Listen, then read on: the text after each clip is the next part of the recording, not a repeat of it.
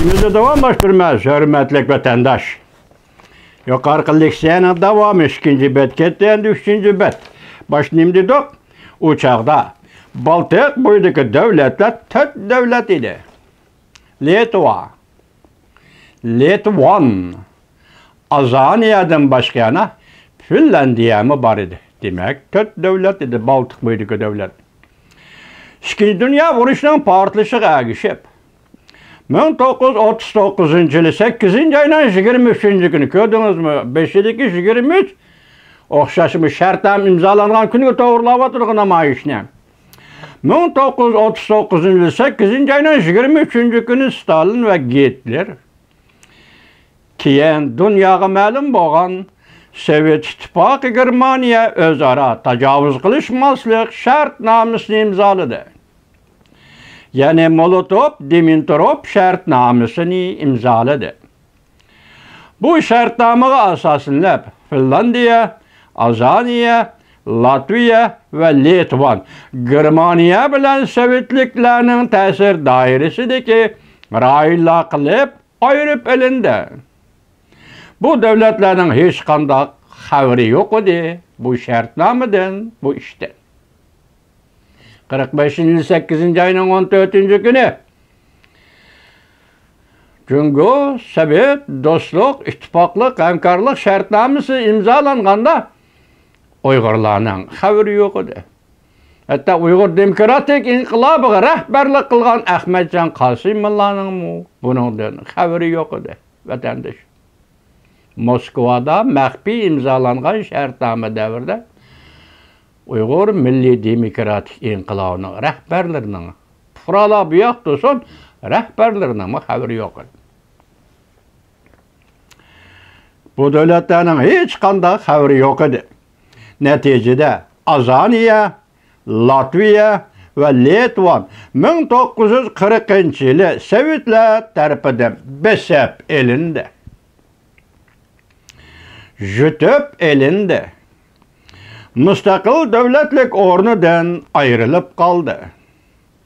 Bir yıl ötkendiğin ki yani 1941 yılı bu üç devlet Natsisla Germaniyası tarafından besep elinde. 1945 yıl 2. Dünya Vuruşu ahırlaşkanda Sovetler İttifakı bu devletlerini qaytadan kolga keltirdi.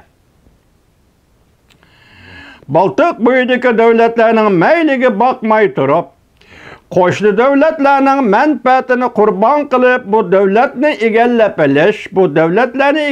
elish, bu Sovetler İttifakı'nın 2. Dünya Vuruşu mezgilide kılgalları ve etkelleri bulup hesaplandı. Şundaq setçilik boldu ki, Sovet İttifakı şartnamedeki münasebetlik mezmunlarının mevcutluğunu inkar kılıp geldi. Sovetler İttifakı'nın siyasi teşviqatıda Baltık boyudaki 3 devlet parlament vekillerinin arzusu boyunca ularning teşebbüskarlık bilen Rusiyaga qo'shilib ketish talablari boyunca Sovet Sosyalistik Cumhuriyetler İttifakı'na qo'shildi. Hargizmi Sovetler İttifakı mecburi egallab olmadi deb teşvik qildi Sovet İttifakı'nın teşviqat maşinalari. Bu to'g'rida Baltık boyidagi 3 devlet yo'q. Bu 3 devletni Sovetler İttifakı qurolliq mecburlash bilan qo'shib oldi deyishdi. Xalqaro jamiyat odatda mundaq hisobladi. Sovet İttifakı Germaniya 2 devlet maxfiy imzalagan şartnoma şunu isbotlab berdi ki bu 3 devlet qonunsiz besib elinde. Meyli Germaniya tarafidan, meyli Rusiya tarafidan qonunsiz besib elinde.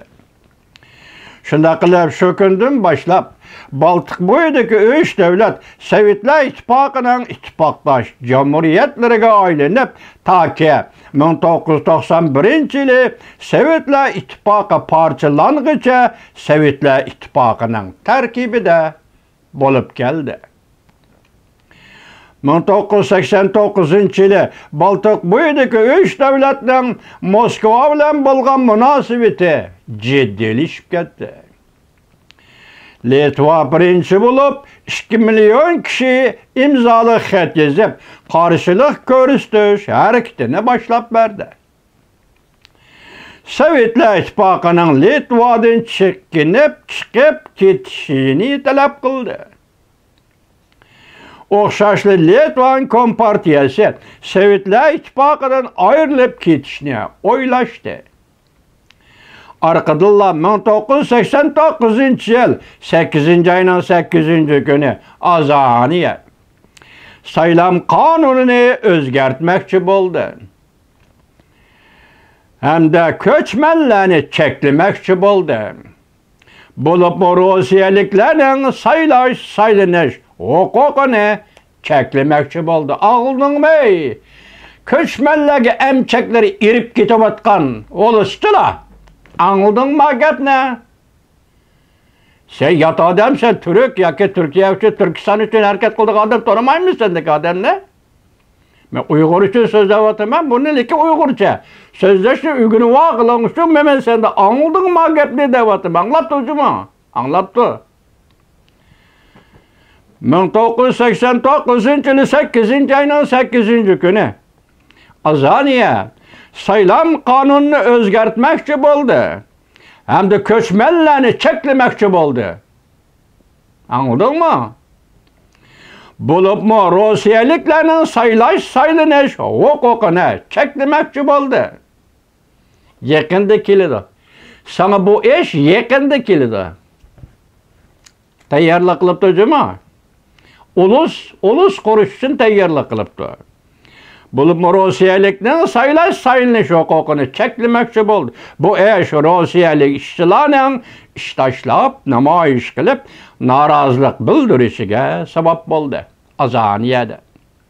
Şu yılı 1989 yıl 8. ayının 18. günü aradan 50 yıl ötkende Sovetlar İttifaqı Rosgerman şartnamesi yani mahfi hüccetleri mevcutluğunu resmi itiraf kıldı. Bak hep ne alıcı bu buna? Şu yılı 1989 yılı Tiananmen'de vaka buluvatkanda 8. ayının 18. günü bastırılıp boğandı ki Tiananmen vakası esinde bolsun. Aradan 50 yıl ötkende Sovetlar İttifaqı Rosgerman şartnamesi mahfi hüccetleri mevcutluğunu resmi itiraf kıldı. Sovetlar İttifaqı yoki Prezident Vladimir Putin İttifaqı hazırgıça Rus-Xitoy şartnamesi 1945 yıl 8. ayının 14. günü Gomindan Xitoyları bilen Rus-Xitoy şartnamesi 1950 yıl 2. ayının 14. günü mavzudan komünist Xitoyları bilen imzalagan şartnameni tak eğizge elip bakmadı vatandaş. Hazır Sovetlar hükümeti deydi 89. yılı 1989 yılı 8. ayının 18. günü aradan 50 yıl ötkende Uygurlarını setip etken, Uygurlarını Xitoyga koşup bergen şartnamıga bugün 75 yıldı 75 yıldı neşip ketdi vatandaş hesapta. Latviya, Estoniya payt ketdi. Amerika Qo'shma Shtatlar boshchiligida G'arb dunyosi yaratgan vaziyat. Rossiya Kreml imperiyasida yemirilish girbiga elib kelgan vaziyat paytida Latviya xalqi bu kunga erishibdi. Ya'ni Sovetlar İttifaqı shu kuni maxfiy shartnomaning bor ekanligini rasmiy e'tirof qildi debdi.